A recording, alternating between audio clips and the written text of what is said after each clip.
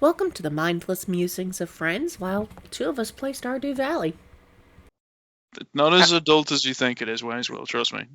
Except for the Bugs Bunny conversation. Yeah, that one's too disturbing even for most adults.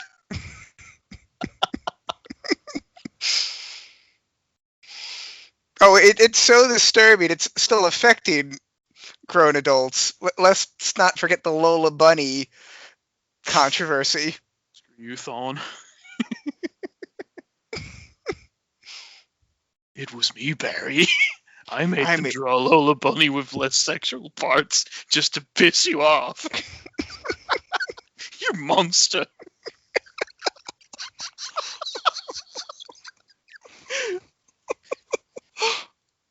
Oh, God almighty.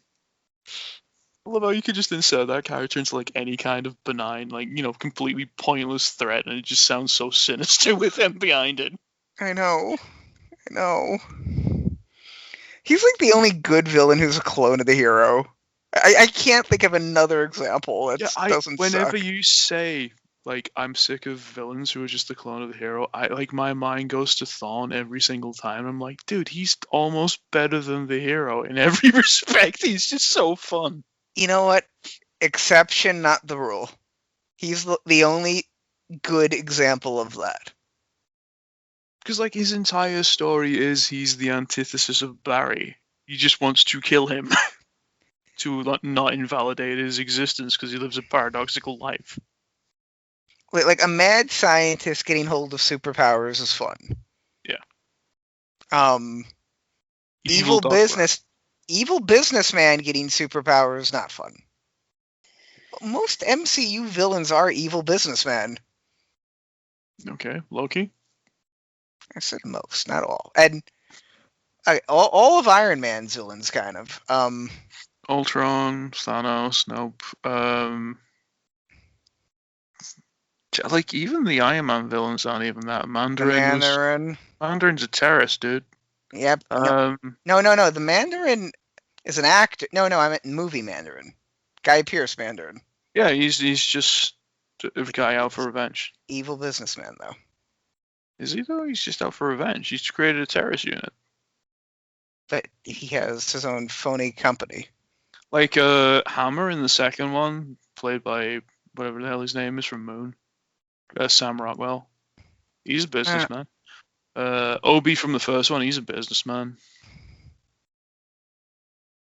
Robert Redford from Winter Soldier?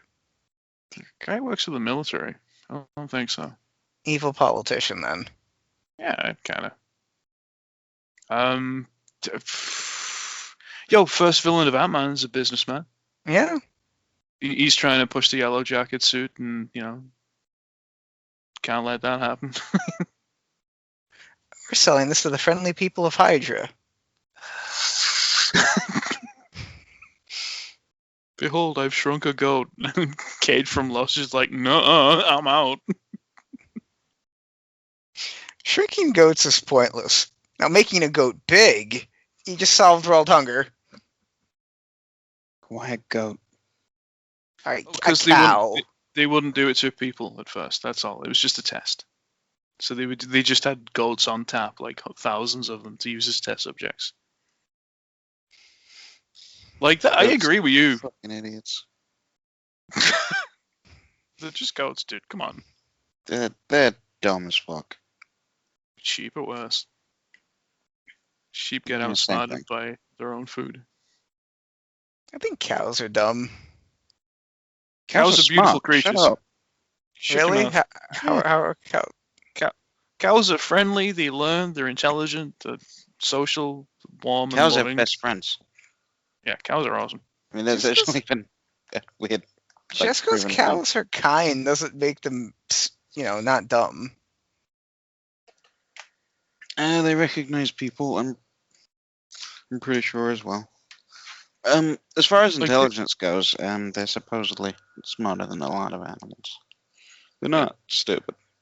Same with pigs, and, dolphins and such. Now, pigs and dolphins pigs are smart. actually supposedly one of the smarter creatures, which is weird for an animal that rolls around in its own shit all day. I think we kind of went over this list like 2 months ago, where we kind of like went through which is the smartest one. I think the raven, the crow, is like considered the smartest creature on the planet that's not human. Really? More so than dolphins? Yeah, more so than like the top, what you'd think the top 5 would be. I mean, including chimpanzees and such. I'd go with like gorilla, dolphin, pig. Ravens and crows are exceptionally smart. Yeah. But you know what the most shocking thing is?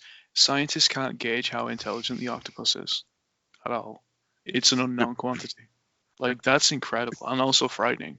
They've been doing a lot of experiments and seeing how good octopi are at like problem solving, and they're very good at it.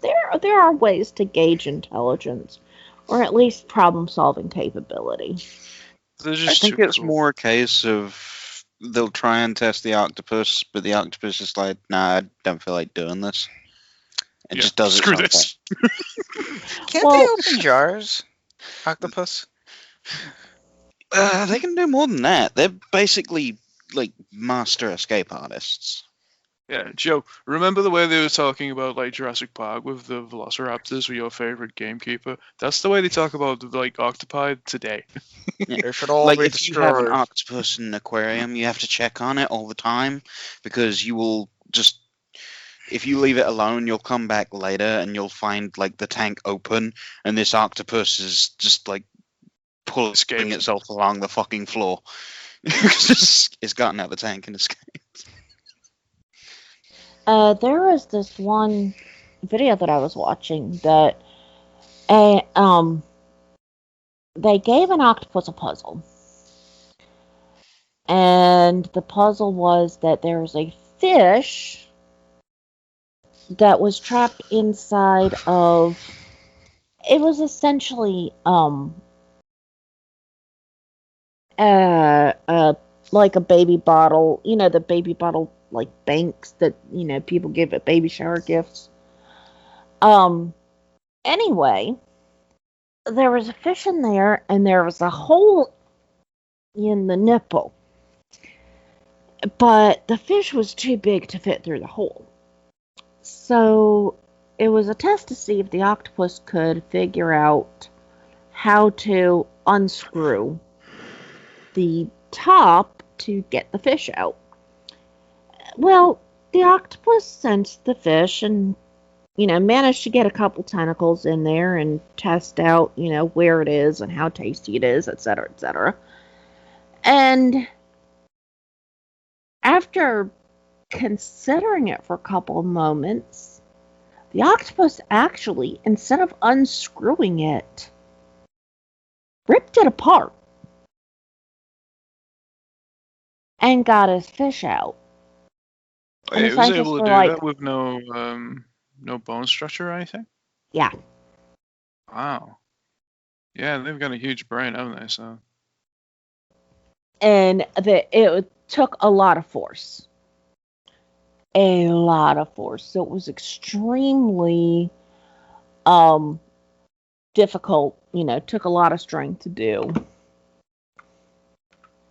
like Joe, Carol, where do you sit on the evolutionary ladder with those guys? You think they're aliens or what? I don't know if they're aliens or if they are just a very interesting way the evolution happened in this country or what, but they're there and they're very interesting beings. Oh, by the way, All there's I one. know is if octopus, as a species, could speak, I would probably want to have a conversation more with them than the average person. Yo, buddy, here, you know you can escape this shit. Didn't some philosopher once say, even if we, as in humanity, and lions could speak the same language, we still couldn't have a conversation because our lives were just too vastly different. Yes, it was called Ricky Gervais. Was Are that you what it's serious? from? Yeah, it was just him. I thought he was quoting that from somewhere, though. No, Maybe. he was okay. He was talking to Carl, as Carl was constantly talking in like the mind of a monkey. He's like, "What if you could talk to a lion?" And Ricky's like, "No, like even if you could speak the same language as a lion, it's a completely different brain you're dealing with. Like, there's the average human being. There's the idea of relation. Okay, this thing is an instinctual animal. If you could talk to it, it would be like eat, hump, sleep, eat, hump, sleep. That'd be the only thing on its mind. Like it's not human. You know what I mean? It doesn't share your interests, agenda. Yeah, But I'd it's say it that works saying that it basically just on eats, hump, instinct. It's sleep not is really wrong because sentient. they also play.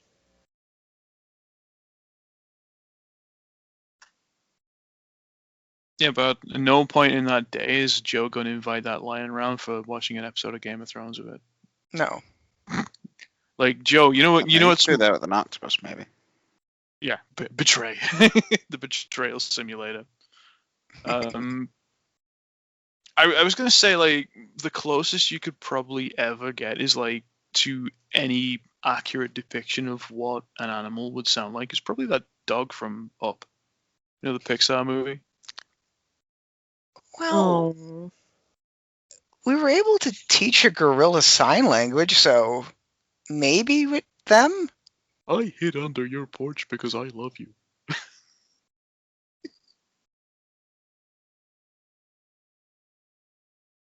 Squirrel. yeah.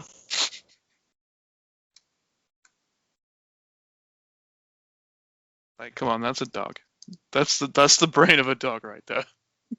Up is a great movie. Yeah, if we ever watch Up, skip that first 10 minutes, please. Best part of the movie. I know it's the best part of the movie, but I cannot watch that again. It's so sad. I mean, it's super sweet, but then it's so sad. But the movie falls apart without freaking that beginning, heartbreaking. though. 'Cause that's the main character's entire motivation. Yeah. Well, it makes you care about him. And he's a crotchety old fart for the entire movie until the end, where he actually grows a heart finally. But like you actually care for him because he was involved in that heartbreaking 10 minutes. Well, he always had a heart. He just had it broken. Gee, it's Okay, almost like yeah. depression does bad things to people. Hey, you know Cannes Joe. Festival when that movie first came out, they gave it a standing ovation for like half an hour. That's what they should. It's a phenomenal movie. No, but this was a kids movie. You know what I mean? Like it went completely over the heads. They had no idea what the hell they were going in for, and so they had like 700 movie critics walk into the cinema and sit down for it, and like what is probably one of the world's first IMAX screens, right? And they all sit through the first 15 minutes of that movie, and they're all bawling their eyes out at a Pixar film. Pixar usually makes good movies. I say usually because in recent years there's been some bad ones. When did it start, and like how long has it gone along now? Inside Out wasn't a great movie. It wasn't a bad movie, but nowhere near their best. Even though the casting for that movie is perfect. Like Amy Poehler as Joy is amazing. And Louis Black as Anger. And Toy Story 4. Terrible, terrible film. Really? I heard you say that was quite good at one point. Okay. Oh, I love the first three. But the fourth one is just... Ugh. I thought that it was saved by Betty White being in it. I don't even remember her. She was apparently a plastic fork called Bitey White. That's pretty good, dude. That's pretty good. I kind of, movies that get meddled with by a studio have a unique feeling to them. Yeah, you can clearly tell. You can see like the political agenda. You can clearly tell like the hand being forced in there. I kind of felt that with Toy Story 4. one character in particular. And I'm like, "Eesh, I knew this wasn't going to go over well." Okay, Toy Story, Bugs Life. Bugs Life is okay. Toy Story 2, pretty good. Monsters Inc. I love Monsters Inc. I thought it was great. Oh, I yeah, love Monsters Inc. Yeah. same. It's alright. That's the seal of approval right there. Finding Nemo, pretty good. Love that movie. Incredibles, fantastic. I loved The Incredibles. Yes, very good Cars. movie. Yeah. Yo, Cars. Eh, I like Cars. I've never actually seen it. I hear it's just okay though. I liked it. Ratatouille, excellent. No, Wall-E. I don't like. You don't Wall-E. like Ratatouille? What the hell? I'm surprised you like it. It takes place in France. I'm not Kieran. You never mocked the French. Okay. Game recognizes game. I'm sorry. Yeah, Wall-E. I haven't watched excellent. it. Fucking French movie. Up. Toy Story 3, that was great. Cars 2, Cars 2 is largely considered their worst movie. Ooh. Brave. Brave was Monsters University. I actually started watching that at Christmas and I couldn't get through it. never Because saw that. it reminded me of PCU too much. You know, we watched at Carol last year.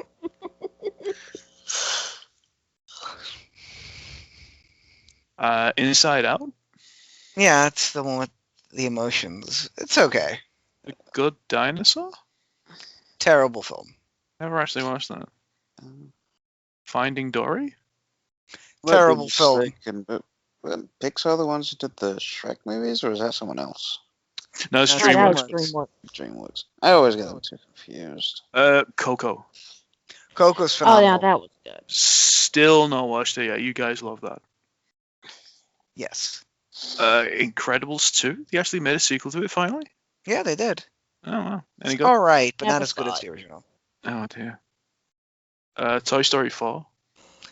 Eh, I haven't Pretty- seen it. pretty bad movie. Onward. Which Huh? one's Onward? Apparently it was that, a movie from last year. that's the movie with Chris Pratt and what's his face? Tom Holland. And the other one after that is Soul. That recently come out. I've heard that's supposedly really good. It's about jazz, if I'm remembering. Yep. Supposedly it's really good. And they have 3 projects coming out this year into next year. Luca, Turning Red, and Lightyear. And Lightyear, I can only imagine, is a Buzz Lightyear movie with Tim Allen. Spaceballs the t-shirts, kiddo. Sequels, gotta love them.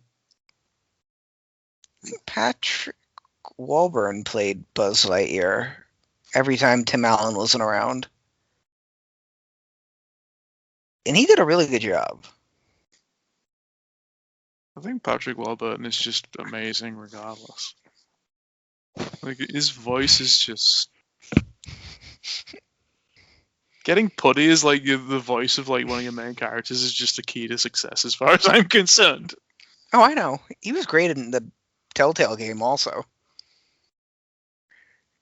Oh yeah, when he played Vasquez in Tales of the Borderlands, yeah. Forgot about that. Hey, Wallethead. You know, Reese, I thought we were friends. You tried to kill me 12 times today. You can do this the easy way, Reese, or the hard way. It's like logic. It's like the reason why every rocket ship looks like a giant dick. He's like, huh? It's natural, Reese. Let it happen. You know, there is a point to that. Rocket ships do tend to look like dicks. Oh, yes. Austin Powers reminded us of that. Oh, God, how long did that joke go on for? Like 10 minutes? That's not as bad as you think. It's like 3 minutes at best. It's almost like physics and air resistance favors phallic objects. It's your kids, Marty. Something's got to be done about your kids. Your daughter marries a black man. That's actually not a big deal for me, Doc. Yeah, me neither. Jennifer's saying. Well, that would be a fun trilogy to watch. I don't have a problem with that, Doc. No, it was great. Yeah, I'm uncomfortable around you now, Doc. What's your feeling on the sequel? Because I know people have mixed reviews. Because they kind of Sequel reuse to- assets. Back to the Future. Oh right. Wait, what? In the later half of the movie, when they're... Oh, but that's me though. But I don't mind it, because it's kind of like they're reinventing the first movie. It's kind of clever in that respect, but it is just using the same assets as the original though. They're just trying to overly complex it. Like, okay, if they followed string theory, the whole parallel line thing, like Steins Gate does, wouldn't technically being you go back to the past, from a What do you mean? divergent point. From a divergent point, like, shouldn't Marty not be there? I don't get it. Well, okay. Oh no, I've gone cross-eyed. It's like that. Okay, if Marty goes back into the past to help himself in the past, get his father and mother together, okay? Yes. Wouldn't that technically mean that no matter what he does, he's never going to bump into or meet himself in the past to interfere? Yes. Because whatever is natural to him from that prior knowledge, he knows he's not going to bump into somebody who looks like himself. Sneaking around the framework. But the risks of him creating another timeline in which he does exist. I think BioShock Infinite covers this in a DLC. It's string theory. It's the many worlds theory. That's basically what you're describing. Each action splits off into different pathways. Yeah, diversion points. Mhm, We just diversion spoke about points. that. Basically the same concept's been brought up in Steins Gate.